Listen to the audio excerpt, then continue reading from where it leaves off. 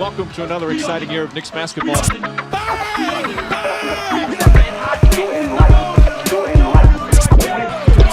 And welcome to another edition of the Big Knick Energy Podcast. Check out our sponsors, Empire Original Designs at jointheempire.com. The East Coast #1 challenge coin manufacturer, home of challenge coins, lapels, pins, patches, keychains, bottle openers, and more. Mention our podcast, Big Knick Energy, via email for 5% off purchases. Once again, that's at jointheempire.com. I'm your host, Joe Yoke, the Bald Kid Wonder. That's the man with the best mustache in the game, Bert, General Bert Commander himself. What's up? We're not looking good. It's for as good as the week was last week. This week is just as bad. Yeah, that's what being a Knicks fan is all about, right? You know, the highs and the lows, right? Consistently inconsistent. That's right. All right. So as we know, they won 3 in a row last week, but this was a new week and they've lost 3 in a row. To run them in order, just to remind everyone and make us sad again. Lost on MLK Day, 1 p.m. to the Hornets, 97-87. They could have lost by 20. That last score was not indicative of how bad that game was for us. Lost to Minnesota, which I think is the worst game of the week for us, 112-110 on some really BS questionable officiating at the end and not the best last set of shots for us to try to tie the game after Karl Anthony Towns shouldn't have even put them ahead in the first place. That and one call is total BS. And then most recently last night, Bert, the worst, like the Minnesota hurt the most with how close the game was. The worst, losing to the Zion Williamson lists, the half Brandon Ingram lists, New Orleans constantly tanking Pelicans 102-91 in another game that wasn't as close as that final score indicates. Yeah, this is rough, man. 3-game home losing streak. Where do we begin? You said it, man. It's rough. It's rough.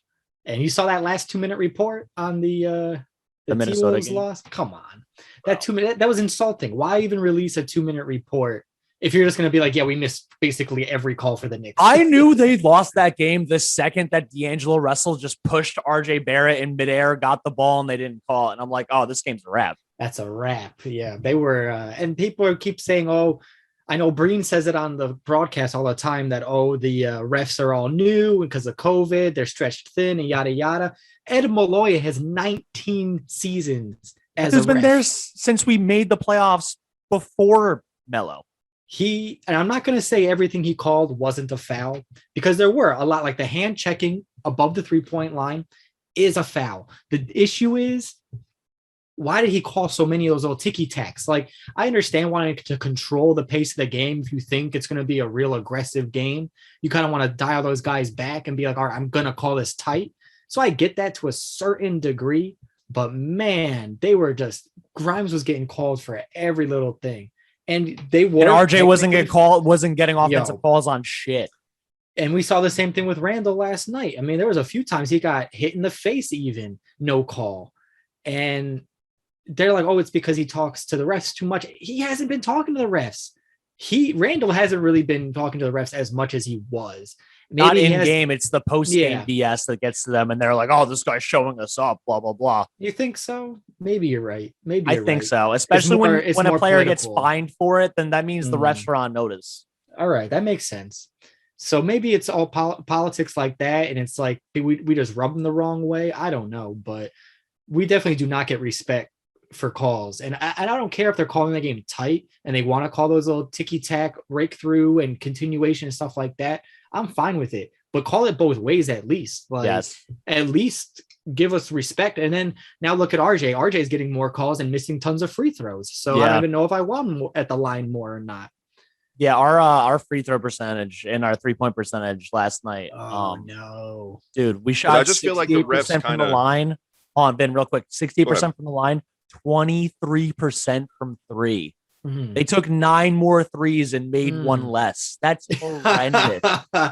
When you put it like that, Joe. Oh my gosh. Yeah. So you guys don't think the refs are kind of relearning themselves? Like, I know there was a lot of rule changes and there's a refs association, stuff like this. The only major rule change was the Trae Young James Harden thing. And they just the players just don't even do that as much. Quickly doesn't even try to do it anymore. They made their job easier. Hey, players, don't do this. You won't get the call. Everything else is the same. It should have been easier for them this year. Well, we could go back to when the one ref said you don't get that many calls, Julius, because you're a lot stronger than these guys. Right. So Same thing as LeBron is. yeah. So I mean, look at the For Shaq. we've been talking a lot about that offensive foul last night. And it's just because it looks like an offensive foul. His knees went into him, right? So with Randle and with RJ, it doesn't look like they're getting fouled because they're so much stronger. But I don't care. Like you can tell when a guy's getting hit. And if he gets hit, it's a foul. I don't care how strong you are. It needs to be called either way. It needs to be called. So we can get it out of the way, and also because it's the most viewed tweet you've had in a little while. A little while, yeah. Let's go. Hey, 10K. Mm. Can we talk about the Grimes call? Because again, I'll admit I didn't watch the game. I watched right. I saw what you just sent me. Entirely unbiased. First, before we get too far away from it, the score at this point was 81-57. Right.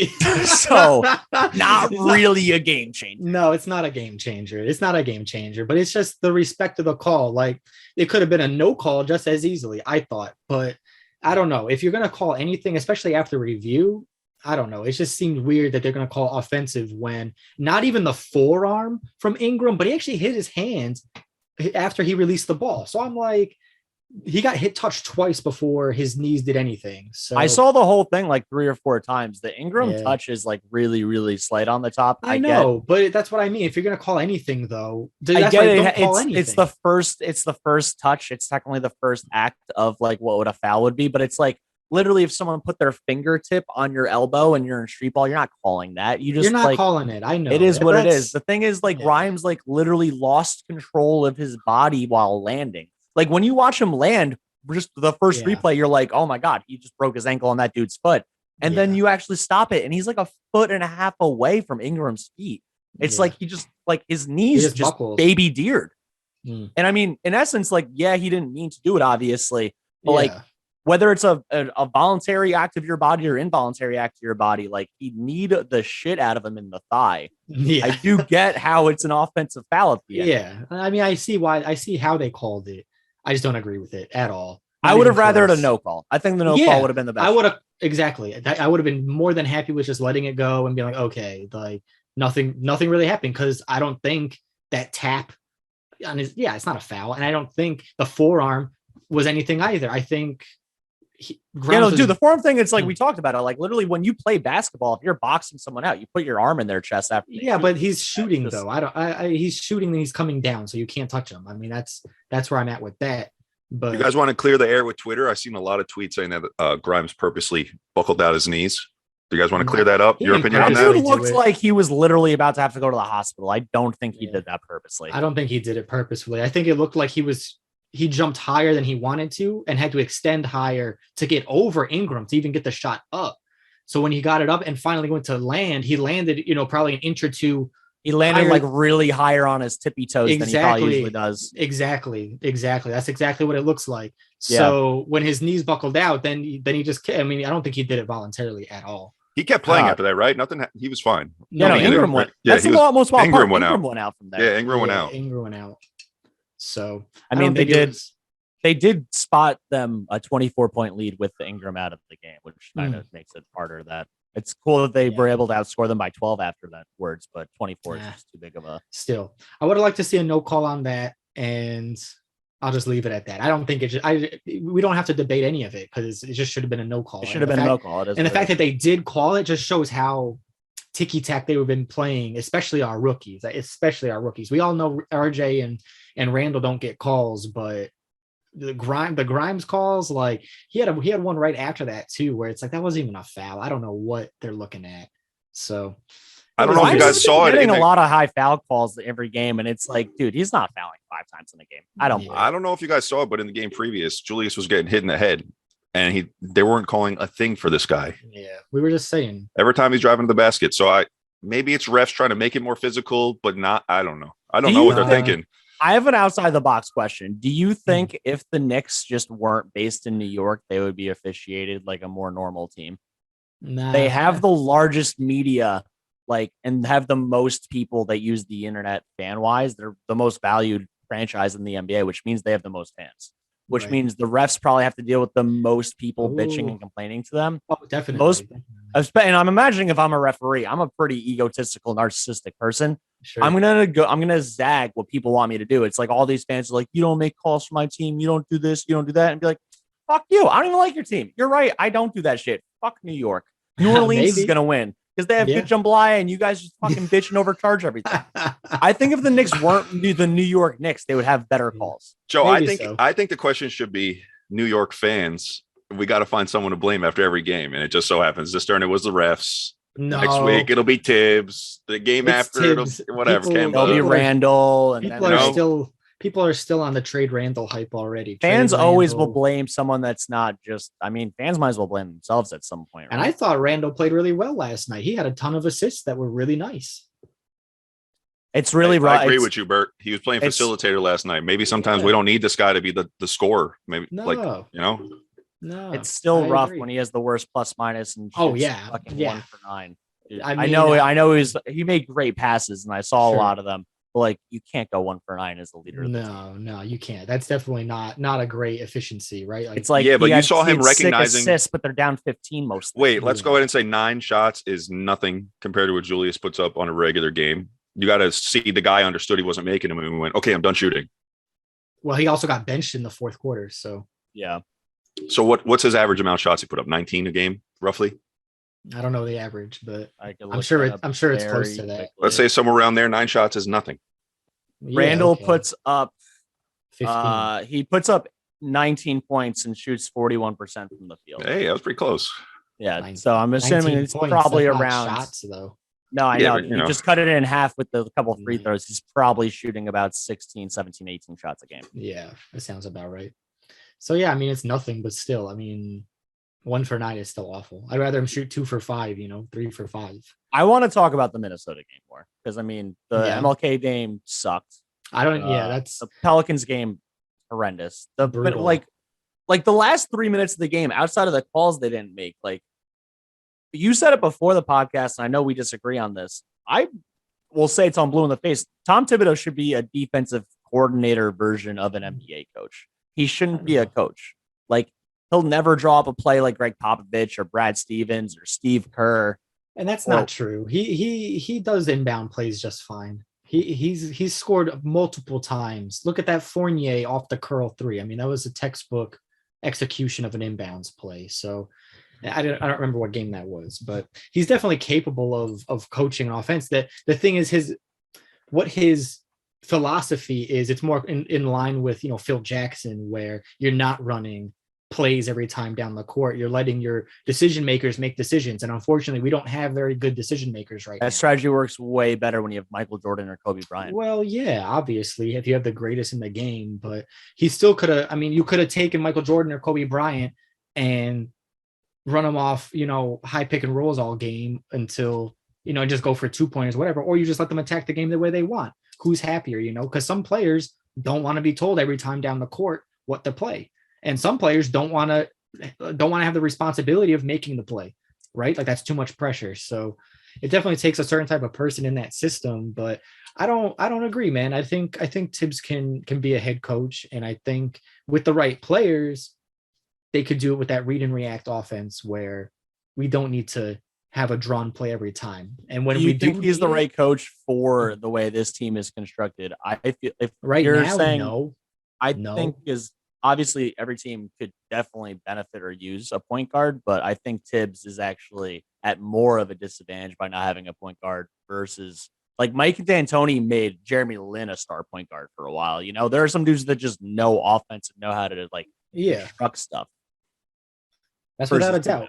But we don't have a point guard. We thought between Kemba and Rose, we could cobble together 2, good borderline elite point guards into one, essentially a starter between the 2 of them. But we honestly saw both their bodies not working the whole year. Oh my gosh. Yeah. Well, that's the thing. We were on borrowed time with Rose in the playoffs last year. Yeah. So that was all borrowed, honestly. So the fact that he dragged us in, him and Noel dragged us into the playoffs last year. Yeah. Just goes to show, they're capable of a lot, but it's the longevity and it's the health that's becoming the issue this year. And that's why we're still on the market looking for trades for a point guard, man.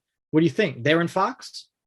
I want to, before we actually get into the hypothetical trades, because we already did make a trade and we haven't actually talked on here since we got Cam Reddish. Joe, before you get into that, I got a little bit of beef of what Bert said about okay, so you said he lets them read and react, right? We'll draw up these plays to start it off, and then when you're running down the court, you figure it out. Yeah. What's the fucking point of having a coach? Read and react. Okay, go play basketball. Know when it's not working. So it's pretty obvious if you ever watch a few possessions, especially last season with Quickly as the point guard, it's really apparent when you can tell if he's on or not within 3 plays. If he is reading and reacting properly, and it's really apparent when Thibs starts calling plays or starts saying, give the ball to Burks instead, give the ball to D Rose instead, give the ball to Randle instead, or RJ, and he lets them read and react and work. And he goes down the list. You can see it. He'll go through the PG. If that doesn't work, he'll go to like Fournier maybe or Burks. That doesn't work, he'll go to Randle or RJ. And if that doesn't work, then he's running pick and rolls. Then he starts running, different screening plays for people. See, my issue with what you just said is that the pick and roll or the screen plays, the motion offense should be the first option. We don't have a point guard. but that's here's another thing. Why isn't Randle the role guy? Why is Randle setting up picks and staying at the 3-point line like he's Klay Thompson when he's 1 for 9? And that's an argument. I mean, that's definitely a valid thing to say. That needs to be coached. That's when Tom Thibodeau has to go, Julius, start driving to the basket. Julius Randle is our second to third best dribbler on the court at all times, but he is the best facilitator at all times. If Mitchell Robinson can work the pick and roll, Julius Randle can work the pick and roll. How often do you ever see Julius Randle dribble into a pick and roll? Fucking never. He hands it off. Why not? He becomes the pick man.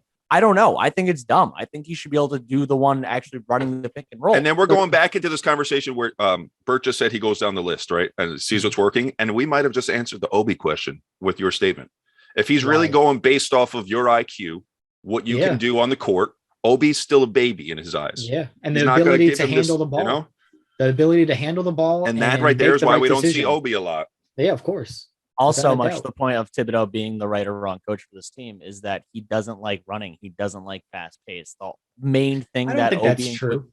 I don't think that's true. I think him personally doesn't like running. I could see that. Yeah, definitely. No, but seriously, he's like a defensive minded coach. He wants to make the game a slog. He wants to defense full 24-second. Like the more you use the shot clock and get a shot up, the more you get to reset your defense every time. That's fair, but then why does he let Quickly and a lot of players pull early 3-pointers to get the 2-for-1 type of scenario? I think it's just a BS thing he had to deal with the NBA adjusting in the past 10 to 12 years because of the Warriors. If it was up to him, we'd still all be stuck in the 90s. I mean, but that shows and that's why we didn't. That's why we didn't want Phil Jackson. That's why we didn't want Hornacek. And now we got Thibs, a guy who won't get out of old basketball. But that's not fair because he actually does those early shot clock 3-pointers. That is a sign of growth and a sign of modern NBA. So I think you're right about Randle not running the pick and roll and not actually cutting to the basket during it. That's fair and valid, I think. But to say that he should run that right off, I don't think so. I think you should give your team, the leverage they need to actually break down the game, because when you start succeeding that way, it really starts flowing. And we've seen it when we're at our highs.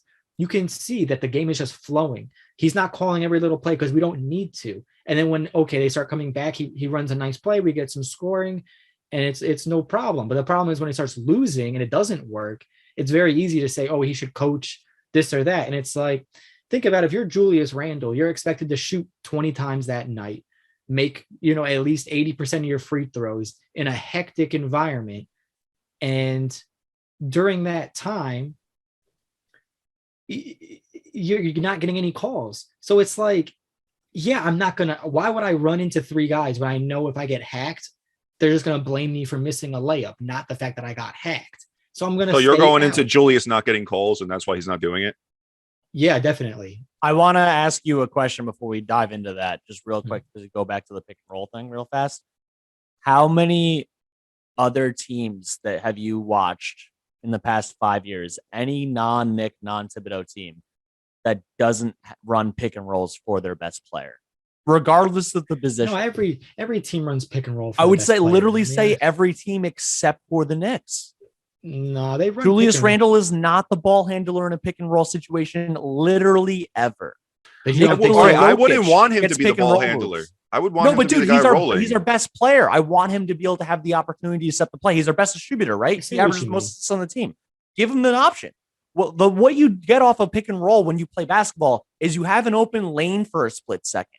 If you think of it like a football scenario, it's a quick slant. You get a quick, easy pass. That's all you're supposed to get. Julius Randle running. all the right, pick and roll I'm here gives with him you, an Joe. open pass. I could rock with that question because, like we seen last night, Julius knows how to pass the ball. He knows he's our best passer. He's pretty good, yeah. That's a good question, Joe. But We'll have to write a letter to the office. But listen, I think it's more deadly too and more efficient when they do the dribble handoffs between the 2-man game between him and Fournier. You see that more often because they're both deadly at 3-pointers. So if one of them gets an open 3, it's way better for the team than I agree. I mean, to get a dunk. the goal of the modern day basketball is to get an open corner 3 or an open layup. That's the main goal of the game. Yeah. All that I'm saying is that we don't run it once a game. There's 100 possessions each game. Julius Randle should be the primary pick and roll ball handler fucking 4 times. I got a hot question for you guys. Who leaves New York first, Julius or Tom? Ooh, that's a crazy question. I would say You think Thibodeau? Yeah. I would probably, say Thibodeau. The only way I would think it would be Randall is if just he like actually asks to get out of New York. I actually think that we're going to have his contract until it's near the end. Whether it's because he actually plays up to the value or above, and when we thought we signed him quote unquote for a steal, or if he just plays way below it like he unfortunately is currently, and we're just like, fuck, how do we get rid of this contract? I think Julius knows if he leaves New York, he's in a situation where he will never be looked at as a number 1 scoring option again. I don't think he's ever going to demand a trade because this is the most important he's ever been to any organization. This is the most he's ever gotten paid. Players look up to him. He's a superstar out here. He's not leaving. He's not going to ask to be traded. Yeah, Even if it's at the cost of our team, he's not going to ask to leave. But at the end of the day, I do have faith in Leon Rose as a front office person to actually be like, you're not what's best for the team. If I can get rid of you and get De'Aaron Fox in a 1st-round pick and something else, then adios. I truly think if any star leaves New York in a bad way, they're going to end up like Melo, and their careers just are going to be. Nah, dude. The reason that happened to Melo is because kind of like if I can make another football reference to it, because what happened with Cam Newton reminded me of Melo's situation almost to a T. He wanted to be a starting quarterback. He was like, I have it in me. I had it in me before I made the Super Bowl. And it's like, dude, your skill set fell off a cliff. You have to know who you are. And much like Cam didn't realize until he was literally out of the league for a few months before he was signed up and like, dude, you're a backup. Maybe you get a couple starts, but you're a backup. It's where you're meant to be. Melo had literally had to be bought out by multiple teams, leave the league for 18 months and then come back and be like, dude, you're a 6th man.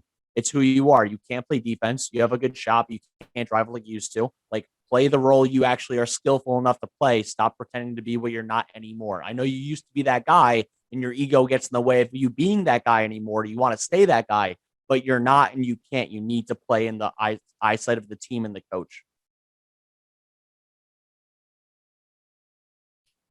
Mic drop. Dead air. No, so you think listen, I think it's a dramatic right. pause. I like that. Don't edit that out. No, I think you're right that if he does ask for a trade, he might end up just like Melo, but I don't think he's going to ask for one. Like Joe said, he'd be foolish to ask for one. He's not going to leave. But I think honestly, like also he would be way younger than Melo was when that happened to him. He's only 27 right now. Exactly. Yeah, Randall he looks deceivingly older than he is. So. No, he does. He looks like he's 30. Dude, he looks like he's as old as LeBron. He's like he's got some. He's got. Is the wrinkles? He's got those concerned wrinkles. Like he's been through some shit. Yo, we got to do a comparison. Maybe we'll do a meme of this of guys on their first year of the Knicks and the year they leave. Oh God. Okay. And see what they look like. Funny. Oh, like the Obama first year. Yeah. Those are the best. Some of them went gray and shit. Yeah. So all right, let's go. You mentioned Fox, you mentioned Reddish. Like, let's get these trade talks out the way. Oh, we never even talked about it. Yeah, I want to talk because the whole point guard thing. Like, I see Cam Reddish point guard like talk on Twitter all the time. What in his NBA career, outside of him being a point guard in high school, indicates he could be an NBA point guard? I don't think he's got the handle for it. He's quick. I know that he's quick. He has a great first step. Great first step. Exactly. He's going to be on the right side and RJ is going to be on that left side. And that's like, those are 2 wings that you don't want to mess with. That's nice. Yeah. Yeah. That's nice. So both strong guys. I gotta say, point guard. I got to say, I don't get the hype about signing all these Duke guys. It's like, let's just put the college team back together. What? I don't see the hype. I don't think it has Duke anything to didn't do with even it. win the That's championship. what I'm saying. That year, I don't They see three the of the hype. 5 best players. I think don't it's see more the hype. coincidence. It's just coincidence. I don't think it matters like where they play. Like, let's get Zion back in here. It's like, okay, let's put a college team together. What the fuck? I mean, I was really hoping you were going to give me a pity laugh at the World Eatery tour joke I made. I don't listen half the time, Joe. Sorry. It was on Discord. It's all right. I just wanted to read that joke. Oh man.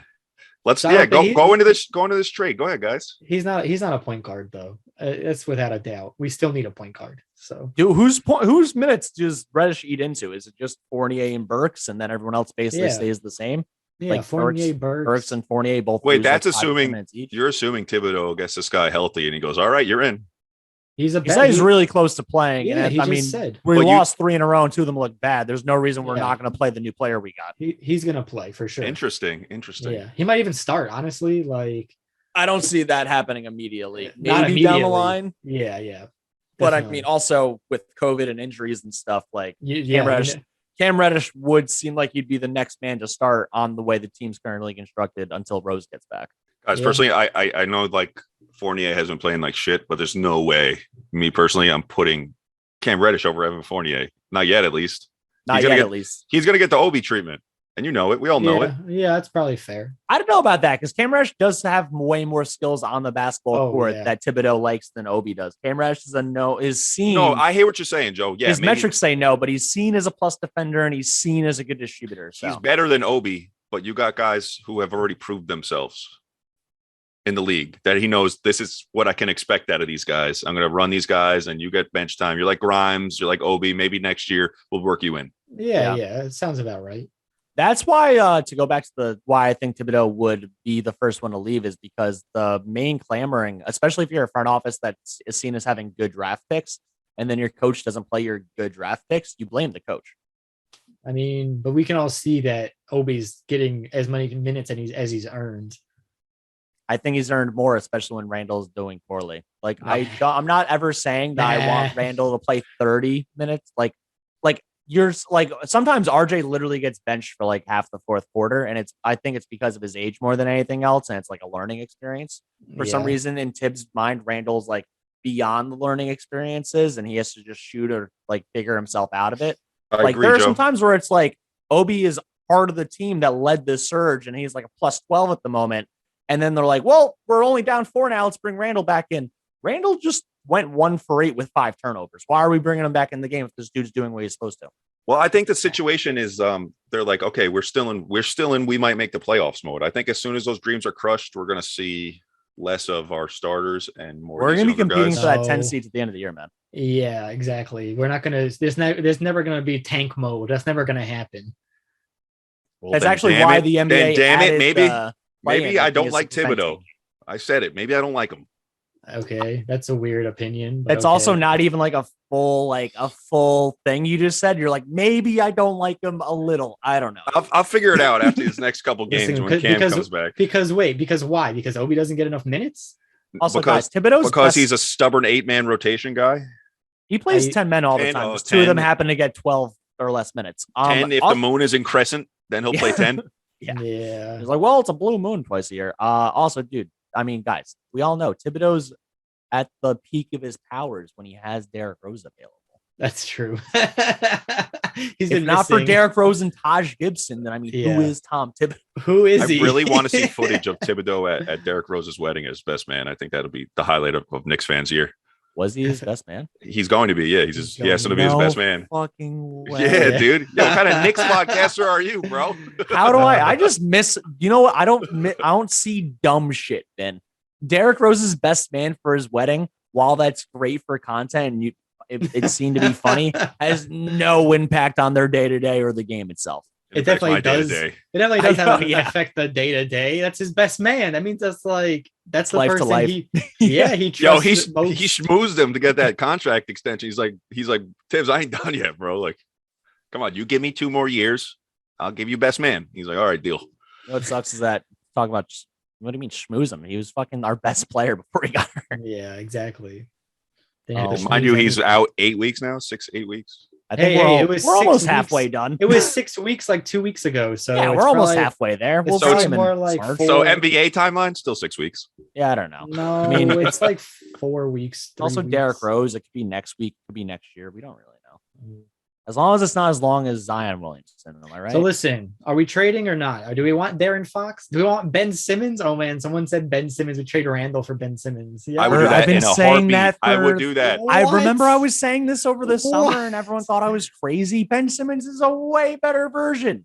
At least he doesn't Yeah. try to shoot threes, and he runs the pick and roll. That's true. It'd be everything you want. Yep, Yeah. full pick and roll. Oh my god! No threes, just always crashing. You know the what I want basket. more than No, that? my thing was that I want wanted Julius to Randle and step up. Simmons to be 4-5, like play the 4-5 and not have a center. You're crazy. That's the most insane thing I've ever heard. They're And both people- they're 6'8" and 6'11. People who want Randall to play 4 or 5 are insane. I don't know what you think. Joey's always had this mentality about small ball basketball. This is nothing new. Because he's short. All short people want small ball to be real, and it's just Dude, it's not true. Now, my favorite player in the NBA is Nikola Jokic. Okay, He's a pure center. He just also is actually good at ball handling, distributing, and shooting the three. yeah, Like, he's I the want actual a unicorn. 5 that can shoot the 3 well. Why? It just helps. We had open up that. the floor. It We got doesn't rid of that. matter. We had Kristaps Porzingis. We had that. We That did dude it. couldn't stay on the court. It's just not necessary. I like Mitch. Mitch has been killing it lately. Yeah, Mitch has word. been killing it lately. He has He's been been a getting- plus for our team. Yo, did you see last night his offensive rebounds? He ripped like 3 offensive rebounds over Valanciunas. I was like, yo, those are big man moves. That's why seeing the end of the game. Also, he was the only starter that had a plus minus that was Yeah. better than -10. Did you Yeah, notice he cut a lot of weight too? He looks a little more Yeah. lean now. Yeah, he got a lot skinnier. Yeah. He lost. Yeah, he's some back weight. down to 250 versus the 280 he was at. Yeah, crazy. No, he looks good, man. And it's like his footwork has been looking nice. Like hasn't been falling down as much. Just been getting Yeah, in. Bert. I was gonna say that he dunking doesn't it. look like a baby deer as much anymore. No, he's been very, very agile, versatile. If he took that dexterous. 3-point shot last night, his knees wouldn't have buckled into Yo. Brandon Ingram. You're probably Yeah, would have right. buckled into his forehead. Yeah. Yo, but Mitch is looking good though. So I don't know. I mean, yeah, it's nice to have like a Miles Turner type. But look, Miles Turner's hurt. I don't even want to trade for him now. Nobody's even talking about him. They were trying to get that trade done, get all that talk out the way, and they're not even going to be able to move him now. Do you I think we're don't- done? Do you think we're I done with don't- trades? I don't know if we're No. done with trades or not. I think there's still one more move, but I Yeah. also don't see that we're having the Mitch and Noel center backup center experience next year, one way or another. I think one of those guys is going to be gone by the offseason. One of them definitely. Most One likely of- Mitch, because we haven't re-signed him. He's going to be a restricted free agent. You know what's going to Yeah. happen is that someone's going to offer Mitch the poison pill style contract. They're going to be like, all right, 4 years, 80 mil. The first 2 years are 10. The next 2 are 30. Yep. Player option. And we're going to be like, all right. Yep. I mean, that's the end of that shit. We're not signing him. You're right. I like to think Mitch likes it here, but since I am a content guy and I really live and breathe on a lot of these people's social media, you see how much he is like a country boy. So Yeah. I could see He him. likes cars and peace, dude. I could see him going to like Dallas. I could see him going to maybe Miami, something like that, for sure. Yeah, I mean, Miami don't- is the opposite of country, but he just loves cars and loves his daughter. Mm. I really don't think Mitch is on our team in a year from now. And for what I know, we all are saying Mitch is playing his best basketball right now, which honestly is the best timing to get his trade value the highest versus him help us compete for a playoff spot, in my opinion. Give me a second. Pause it. All right. So, I mean, outside of Mitch potentially playing his trade value the highest, for who do you think would trade for? Is it Brunson? Is it De'Aaron Fox? Like, who would we even be getting before the trade deadline? If it- I don't know. I hesitate to do any more Mavericks trades. They love our players. I don't know why. I don't we know. should love their players, man. How do we get Luca? Mm. So to get Brunson, I don't know what would they even want for him, really. Like, what is Brunson actually worth? Because isn't he averaging like 11 points right now? Like worth a mid-level first, right? I mean, you give him the 20th pick, it's about where he would be drafted currently anyway. He is a steadying Yeah. presence as a backup point guard, and We have as to. we've We seen have to. over and over again, we don't Who- really have 2 point guards on our team. Yeah, right. Who would we send out though? I mean, obviously we need a point guard. I don't even think there's any centers on the market right now that I would take other than like Jokic or probably just Jokic or Giannis, obviously. But Joel Embiid available? there. Oh, wait, so you don't want Mo Bamba? No. So there's a lot of point guards though. So Brunson, I think, is a good option. It's probably fairly He cheap. seems the most realistic and affordable. But Like, get this, didn't what would you get? A first round pick, and then who do we give out? Like I don't McBride or know. someone? I don't know. who's even on our bench anymore? I don't even know. Yeah, I guess Burks? they'd probably want McBride or maybe Burks, maybe Fournier. I mean, I think Fournier is even too much. So Yeah, I think Fournier is actually if you get from Fournier, you're not getting a first round pick too. Maybe a Fournier and a second for Brunson. but I don't know. I think it'd be Burks. there's always three team trades though. That's an option. So you just It's too hard to wrap my brain around for a podcast. Yeah, exactly. But if we were looking at, Darren Fox, what's going on with Sacramento? First, Halliburton and Fox are available, and now none of them are available. So I don't even know what to think. That's only for Ben Simmons. And like, did you see the crazy trade that it was proposed? Like the hypothetical? Yeah. Simmons, Tybal, and Harris for Fox, Halliburton, and multiple firsts. It's like insane. That's two major franchises changing, like drastically changing. Was it Morey that said no? I don't know. I thought I read that it was Morey that said no. And I was like, yo, why would he say no to that? But craziness. I mean, because if he's in win now mode and then you don't have your starting four who scores 20 a game, and I mean, Ben Simmons is not playing, obviously, but Tybal is your best defensive perimeter guy without Simmons, and then you lose your starting four who's a borderline all-star at his peak. Like, you go from competing now to competing in 2 years, and with Joel Embiid's knees, it's like, you have 2 years, you never really know. No, you don't have 2 years for them. So I don't know. I like Fox though. I think he would fit with us really well. People are like, oh, he's inefficient, but guess what? I don't want him shooting that much anyway. So he's only inefficient. Same thing with Reddish. Oh, inefficient 2-pointers. You ever think he's taking inefficient 2-pointers because he doesn't want to be in Atlanta anymore? And he's just like, coach doesn't want me shooting these long twos, so I'm just going to take a couple of these. Yeah. Or it's just like you guys aren't even giving me, like, I shoot 38% from three, but you're not giving me any three balls, so I'm just going to make my own shit happen. Exactly. So with Fox, it's like, yeah, he's shooting a ton inefficiently, but because he's like the number one option, he's like the only option over there. So what else is he supposed to do? I mean, Buddy Hield is a good option for shooting. Yeah. Not for much else. Not anything else. Really only shooting. What's Fox's assist numbers look like? He's decent with the assists? 7. That's good. That's good. Yeah, no, it's solid. He's a good NBA point guard. Yeah, that's what I'm saying. He's a borderline max contract point guard for a reason, because he's earned definitely borderline. So I don't know what I would give up for him. I'm not even going to say what I would, because it's really hard for me to. I always undervalue other teams' players. So. And you overvalue your own, yeah. Of course. So with Brunson, obviously, like, I'd like to do just one player in a pick, if that, but Fox is probably 2 picks and 2 players, if anything. Yeah.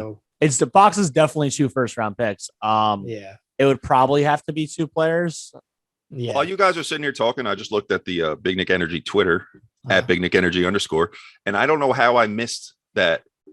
Evan Fournier, I think it was at the half, was like tugging Julius's arm to talk to him, and Julius spun around. And did you see Popper though? Go to Popper. Everybody's making a lot out of this, but the way Popper put it, he tweeted it when it happened at halftime, and he was basically saying Fournier saved him from getting another technical because Randle was going at the ref. Fournier got in between them, and he kind of like, whatever. Don't tell me to calm down. Like Randle and Fournier have like an odd level of like respect and appreciation. Yeah, definitely. I just saw. Maybe I saw it wrong. Maybe it's out of context, like the media can do. But that just frustrated the shit out of me. No, people are making it what it's not. They're trying to say like, oh, Randle's pissed at Fournier. He's not. Fournier's telling him to calm down, and Randle's saying, "I am calm." Yeah, you know what I mean. That's all it is. Yeah. No one likes to be told to calm down. You know what I mean? Yeah, try to say it to your wife or girlfriend and then see how it goes. I bet calm down are the 2 worst words to say. No, I'm never gonna say that. So exactly. I'm not overthinking that one. Overthinking that one. I think. I'm not that worried about it. I do think. I think Fournier, Burks, and Kemba are all really good guys when it comes to calming down the other players on our team. Yeah. Also, notice that is something that you get with experience, which is why Thibodeau, I think, it's like the little nuances like that he always sticks with veterans. It's like Grimes, quickly, Obi aren't really calming down Julius Randle at any point. Maybe RJ can, just from like a skill set standpoint, but it's like you have to rely on Fournier, you have to rely on Kemba, Burks, maybe like Noel, stuff like that. So it would seem like if he's doing that he's actually yelling at the person calming him, not what he's really yelling about. We got a live tweet from Ange while we're on air. that you guys might want to touch on. This is what it says. It goes, the same Julius Randle whom told the Knicks fans to STFU is scoring 4 points against the worst teams in the league and ducking the media for the past 2 weeks. I wasn't really one of those guys that was mad about Randle's thumb down, but this behavior is totally uncalled for. What do you guys got for that? What do you mean? I don't know. I'd take a sip of my coffee to really think about it. I don't know. Randle strikes me as the type where he kind of lets the outward stuff affect him. Like That's an emotional guy. Yeah, people are saying he did better in the bubble because there was no fans, and maybe there's some truth to that. And maybe, he obviously doesn't like the booing. He doesn't like, I don't think he likes the MVP chants when he's at the foul line, it all gets in your head, right? So I think avoiding the media is just not giving him another soundbite, You know how like they always say that when NBA players actually show up and play a game of street ball, or like they like show up to an empty gym, and like no matter how good they are in the NBA, like shooting percentage wise, you're like, oh, this dude shoots fucking 38%. He's gonna be trash here. And then they make every shot. It's because there's no fans and no pressure. The way they got to the NBA is by and no competition, Joe. I mean, if you're competition too, but it's like they're like when these guys are playing in like open gyms or like on street balls and shit like that. A lot of those guys were professionals overseas or did play D1 college ball.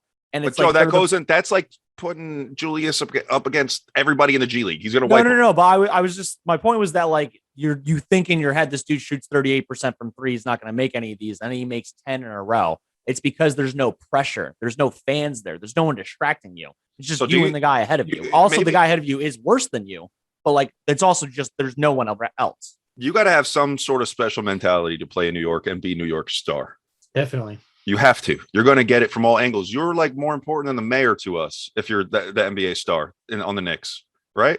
Yeah. So maybe he's just not built for it mentally.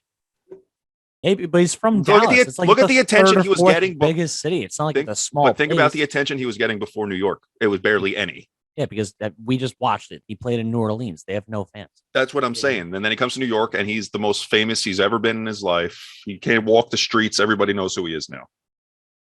Yeah, I guess. Maybe go back to New Orleans, Julius.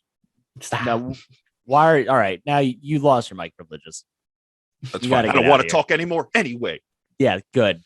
Oh, God. You had to ask questions at the end, too. Now you can't even ask us. All right, Bert, we've been on for almost an hour, so I feel like we've got a lot out of our mind. I'm going to read off to you the next couple games we got and tell me if you think we're going to win or lose any of these, then we'll GTFO.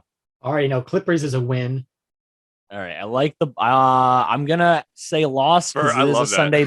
It's a Sunday matinee game, and that has not gone our way. Easy win, bro. Aren't we like 1-5 on games before 7 p.m. this year or some shit? I'm sure that's probably right, but it's not good. We play the Cavs. We're ready for Clippers, a win. Cavs back to back. You know what's gonna be wild is that we are gonna win both of these in some crazy scenario. Because that's right. Team we have.